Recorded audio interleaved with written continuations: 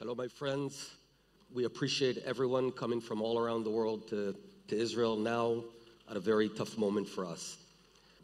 I want to tell you and share with you why I believe the next 50 years are going to be a remarkable time for the state of Israel, for our people, for our economy, and for what we can give the world. But we have to start from the epicenter of October 7th. October 7th, at 6:29 in the morning, Hamas attacked Israel.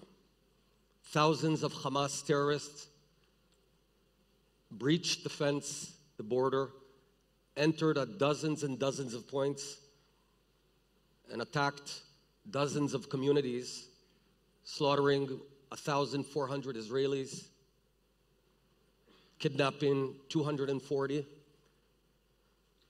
and bringing Israel to its worst moment. October 7th tells two stories. And the first story, we have to look at it with clear eyes. It's an epic, colossal failure of the state of Israel. We failed. Our most fundamental mission when founding the state of Israel, that never again would Jews be helplessly under a massacre, under a pogrom going on for hours and hours. We did know, and we always knew, that there would be terror here and there, and usually terror attacks go on for anywhere between 10 seconds and 5 minutes. That's the cost of living here. But on our basic, most fundamental mission, we failed. We failed in intelligence, we failed in operations, and subsequently, for about a month after the attacks, institutional Israel, almost all governmental ministries melted down. Education system, welfare, finance, nothing worked. But the second half of the story is a remarkable story where the nation arose. On October 7th, the moment the news began percolating around Israel, thousands of Israelis, young men and women from all across Israel, got in their cars, drove down into that inferno, into the Gaza envelope, as we like to call it, and went to defend their brothers and sisters, but actually people they've never met, saving thousands and thousands of lives and preventing a much worse disaster. Whether it's Ben Shimoni from Beersheba, this amazing guy who 3 times went into the Nova party with his car, he had no pistol even, just to rescue people, and the 3rd time he was killed. Or whether it's Elchanan Kalmanzon, a 42-year-old guy, the family, 5 kids from a community around Jerusalem, got in a car with his brother and nephew, drove down to Kibbutz Be'eri, and for 16 hours straight, he went with his nephew and brother from one home to another, evacuating members of the kibbutz, saving 100 lives, 16 hours. And on Sunday morning at 9 a.m., took a bullet and died.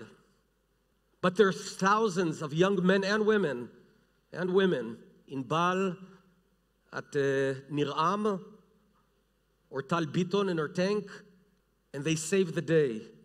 Because there were thousands of those Elchanans, thousands of those Tal Bitons. Now, this is extraordinary. Just as a way of comparison, I was in Manhattan on 9/11. I'm like sort of the Forrest Gump of disasters. And I remember I was in Midtown. I saw the towers on fire, and I saw a river of people going north, walking very quickly away from the towers, which is a natural thing to do. The only people who were driving south towards the towers were those firefighters, heroic firefighters, but that's their job. But in Israel, thousands of people were driving towards the disaster.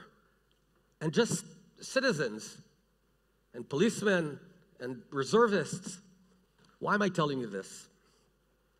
I'm telling you this because there's sort of a cloud of anxiety and depression that's descended on Israel. You can't not feel it when you talk to Israelis. And it's understandable. This is a national trauma. But I draw my strength from meeting hundreds of these men and women, remarkable men and women that showed courage. Just I want to give you a data point that you can take along with you. On October 7th, there were actually 4 massacres in 3 kibbutzim, in Kfar Aza, Be'eri, Nir Oz, and at the Nova Festival. But there were roughly another 60 battles at 60 other kibbutzim and cities where we meaning the people, fended off the terrorists. Yad Mordechai, Mefalsim, Nir'am, Alumim, Saad, Iftachim, you name it, Kisufim, across the board, and Absor, Ofakim, Sderot. And in all of those 60 cases, usually it was about 6 to 10 defenders, citizens, fighting about, on average, anywhere between 50 and 100 terrorists. And we prevented our people, not institutional Israel, but the people of Israel, fought back and prevented a pogrom, usually incurring 1 or 2 or 3 casualties. In almost all cases, we lost 1 or 2 lives. But we, the people of Israel, the nation, saved the day. And I draw my own confidence in the future of Israel from these people. And it didn't stop on October 7th. For the following months, what happened was Startup Nation became again Startup Nation. Literally thousands of small initiatives filled all the gaps that institutional Israel could not handle. Getting helmets, designing very rapidly arms that are necessary or anything necessary, getting food, getting people from one place to another, a meltdown of the system and a rise of Israel.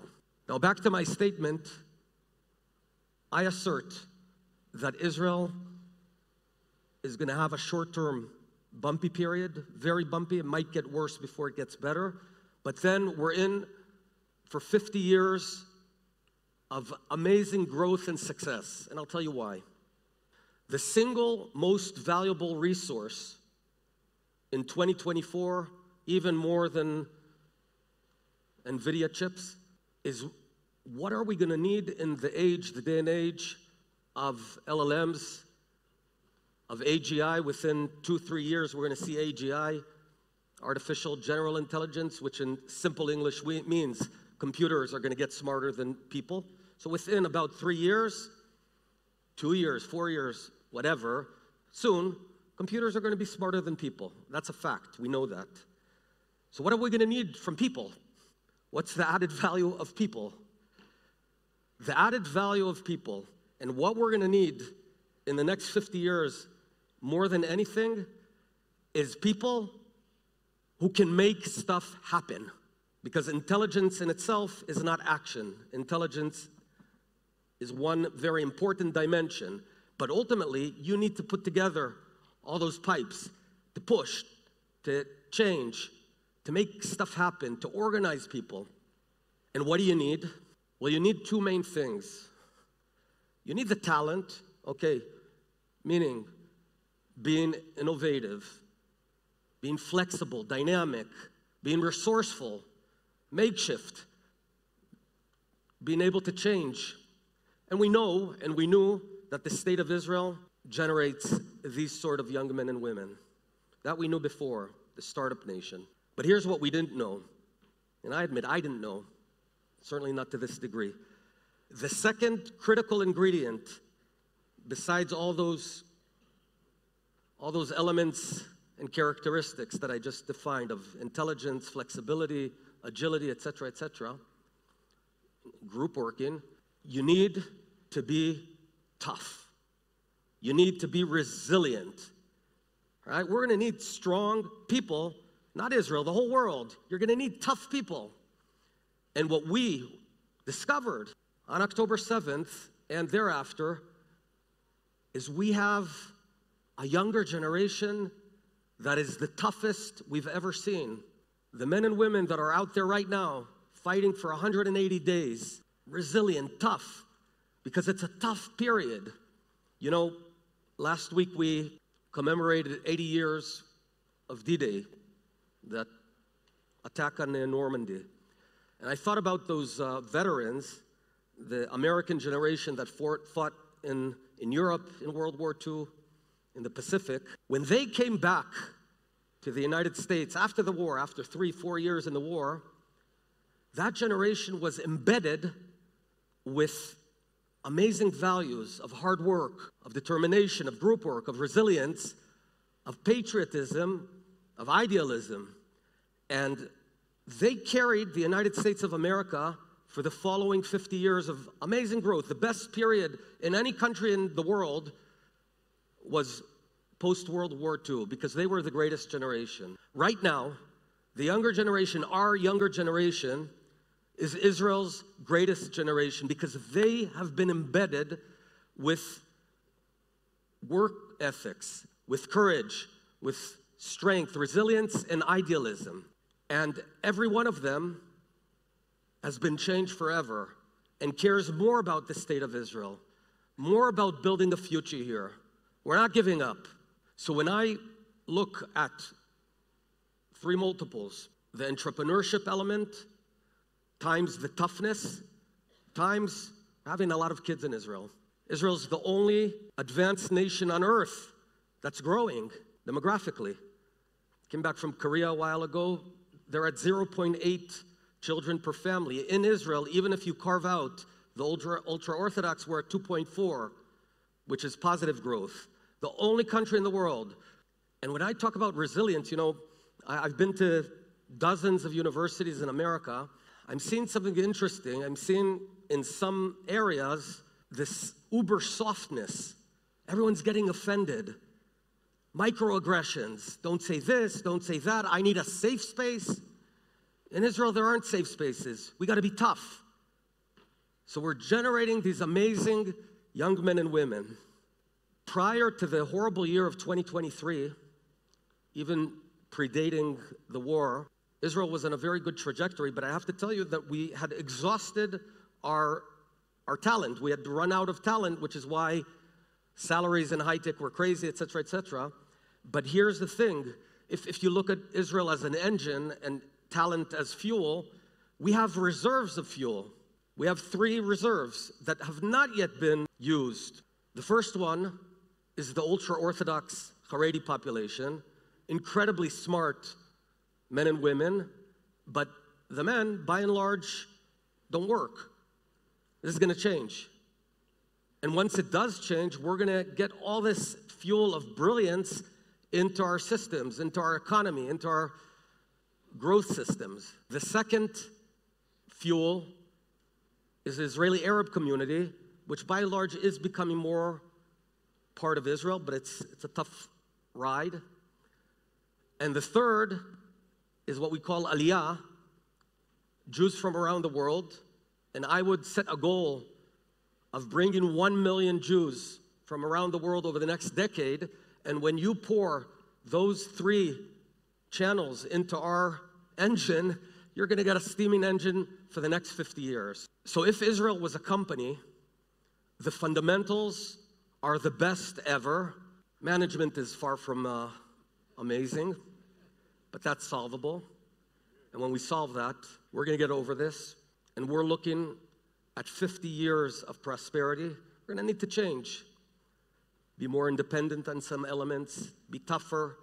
But Israel is the breeding ground for the super entrepreneurs of the next 50 years. So for all of you who've come from around the world, now's a great time to invest in Israel. Prices are low. You can get some good bargains. 2 of my companies are now raising money. We've closed the round, so I'm not fundraising. I want to thank those of you who have come, like you over there, come to Israel. now, and we'll remember who was with Israel now, because we're in for an amazing ride. Thank you very much.